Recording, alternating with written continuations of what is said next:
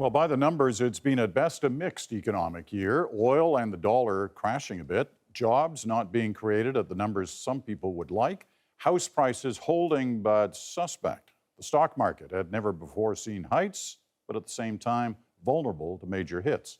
What does it all mean? Patty Croft is an economic analyst and former senior banker. Jim Stanford is an economist with Unifor. Preet Banerjee is a freelance economics writer and broadcaster. And Amanda Lang is our senior business correspondent. Their thoughts in a moment, but first, keep this in mind. Jim Flaherty seemed to know it was all so tentative. He certainly cautioned us all the time. The world economy is still fragile. It's still fragile. When the former finance minister passed away in the spring, it marked the end of an 8-year era. He'd been minister in the good times and the bad, but seemed to garner everyone's respect. People across the political divide, the political spectrum come together. He's a strong, tough character. Let's give special thanks to our late colleague, the Honorable Jim Flaherty, for making so much of that happen. We're going to remain responsible. It's been a tougher run for Joe Oliver. He still hasn't authored his first budget, and it's going to be a challenge when he does. The numbers keep changing. The numbers he needs to base his projections on for growth, for spending, in fact, for everything. It's been that kind of year, and it prompts lots of questions, so let's get to it. And we begin our look at 2014 by looking for the most significant economic development of it. Patty. Well, of course, oil is very much in the headlines, but I actually think the most significant development was the resurgence of the U.S. economy. At long last, it's come to life. It's achieved what they call escape velocity in terms of growth. The unemployment rate is down, wages are rising up inflation, housing is recovering, capital spending. And this is great news for Canada because that's our best hope, is a stronger U.S. economy coupled with a weak dollar. That's what sets the stage for 2015. And it looks to you like a real recovery? Absolutely. I think they'll grow at least 3% next year. Jim. Peter, this is a time for harmony between humankind, and I agree 100% with what Patty just said. And it's just in the nick of time, this U.S. takeoff, just in the nick of time for the world economy, because we're seeing some problems in China, in Europe, and elsewhere. Just in time for us, because, of course, most of our exports go to America, and so we are going to get some huge benefits from that takeoff. All right. We often tend to place more emphasis on some things than perhaps we should. So the flip side of that question is, what's the least significant economic factor we looked at in this year? I would say it's maybe the expansion of some of these so-called boutique tax credits. So, for example, the children's fitness tax credit increased from $500 to $1,000. The thing is, a lot of people don't realize that that $1,000 that you can claim translates into a maximum tax savings of $150. It doesn't actually increase participation a lot. It tends to benefit higher income families more than lower.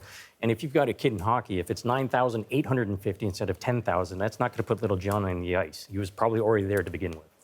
I would say it's our fixation on return to surplus. And I would have said that, in fact, before. Of course, it's now in grave doubt because of the price of oil. So I think that when Jim Flaherty was talking about the fragility in the economy, he wasn't anticipating what happened in oil, which I think is the most significant development of last year.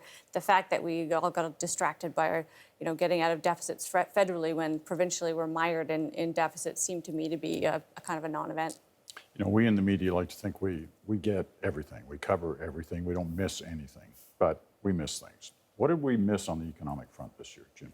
Well, the CBC missed nothing, of course. The CBC gets it all. The rest of the media missed one important one, I think. I mean, the media talks a lot about inequality and the gap between rich or poor. That's obviously out there. But I think that we have not cottoned on to exactly how well the very, very wealthy are doing in this very half-hearted recovery. We know the recovery hasn't been very strong, but especially with the bull market in the U.S. and the rise in stock prices and the rise in wealth, the 1% or even the 1% of the 1% are really getting back to the same heights that they were at before the financial meltdown in 08 and 09, while the rest of society is really still trying to recover from that. And I don't think we're quite aware of how glaring that is.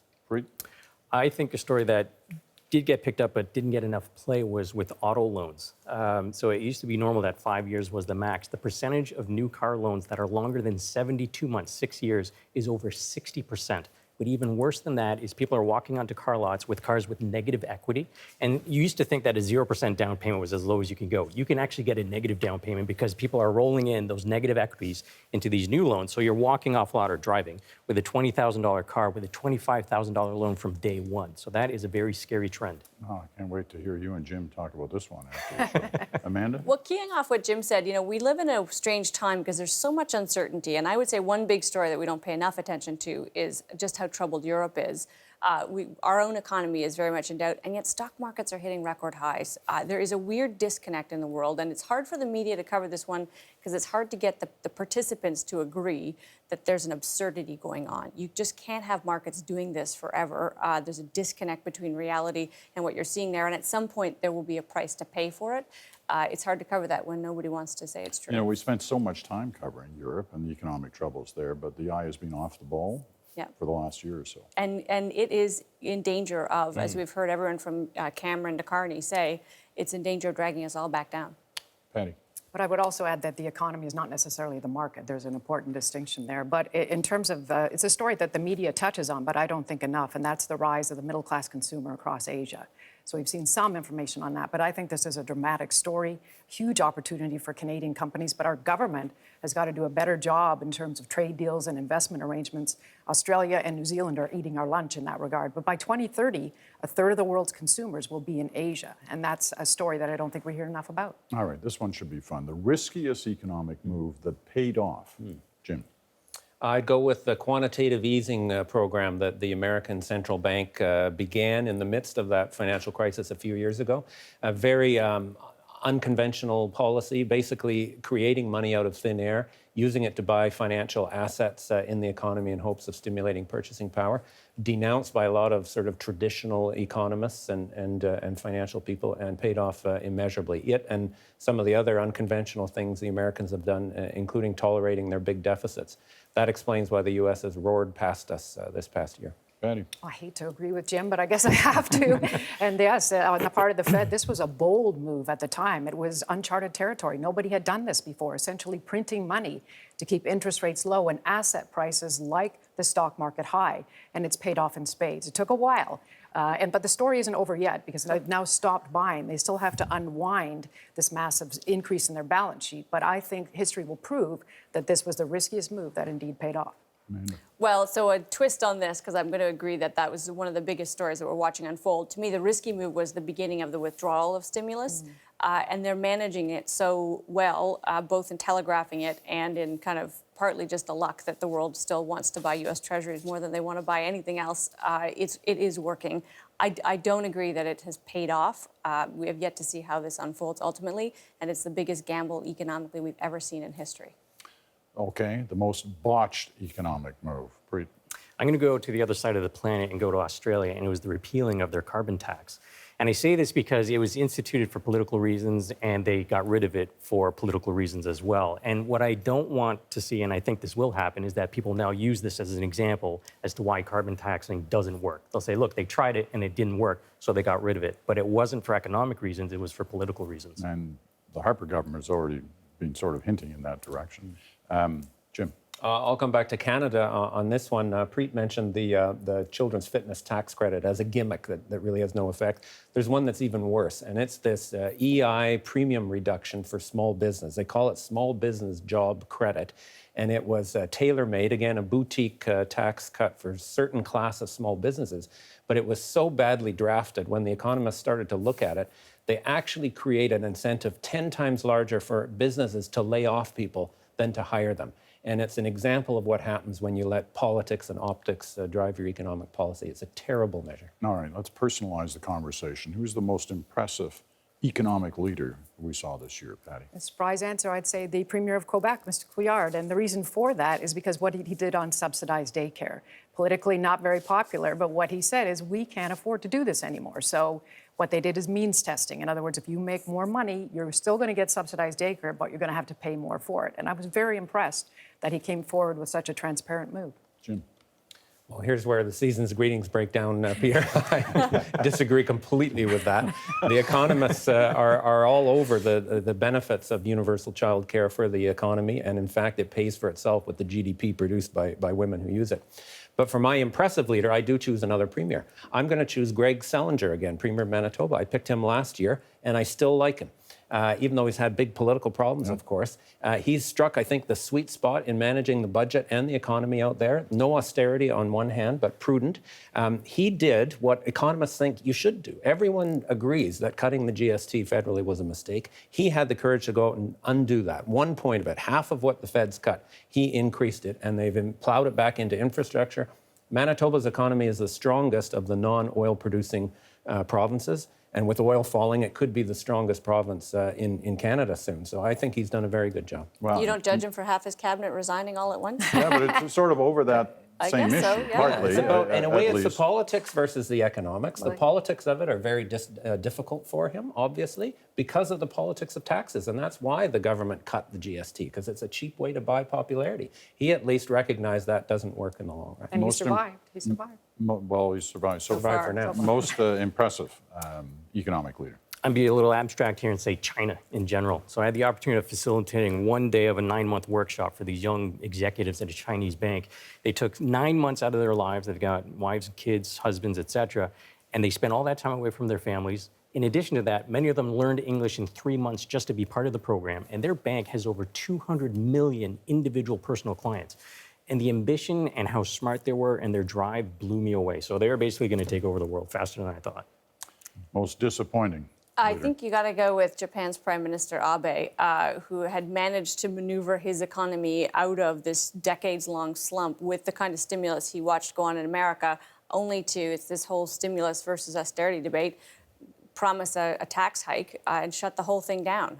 He may be able to worm his way out of it, but as in terms of kind of bad direction of policy, it was a staggering one. Patty. Well, the head of the ECB, Mr. Draghi, I think, has to be a candidate. ECB, Yes, the European Central Bank, because that's a case of serial disappointment. He keeps promising to begin quantitative easing in Europe in a big way, buying bonds, and yet it doesn't happen. And we know the economy is close to recession, inflation is close to tipping into deflation, and yet he continues to stall. So he's disappointing. All right. The Canadian stat that surprised you most in 2014, the number, the statistic, Jim. Our export performance. 10% growth year over year up till the fall. That's the most recent data that we've got. It shows that the lower dollar is really helping everything we sell to the rest of the world, manufactured services, tourism, and it is the only thing going for us right now in terms of our GDP numbers. And it keeps sliding down into the territory that both you and Pat The dollar, predicted and it will yeah. continue to help. It takes a year or two for the full effect to be felt. Preet. It wasn't the stat, it was who said it, and it was Stephen Poloz when he was talking about Canadian housing being 10 to 30% overvalued. So that number is not new. The IMF, the OECD, the Economist magazine, a lot of people have said Canadian housing is overvalued, but this is the first time that the Bank of Canada has said, yes, and it's between 10 and 30%. Now, having said that, he did suggest that he's hoping that the economy picks up to catch up to where housing is, barring any severe shock to the system. And the question is, well, is the drop in oil a big enough shock to the system? I actually don't think it is. Amanda.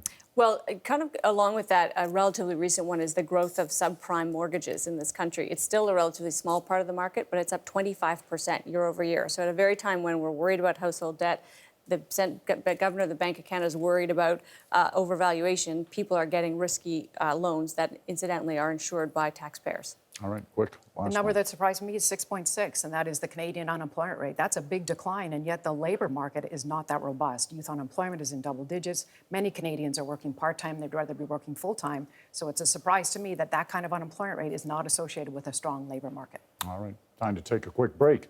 But when we come back, we'll throw this one on the table. If you were finance minister for 24 hours, what would you do?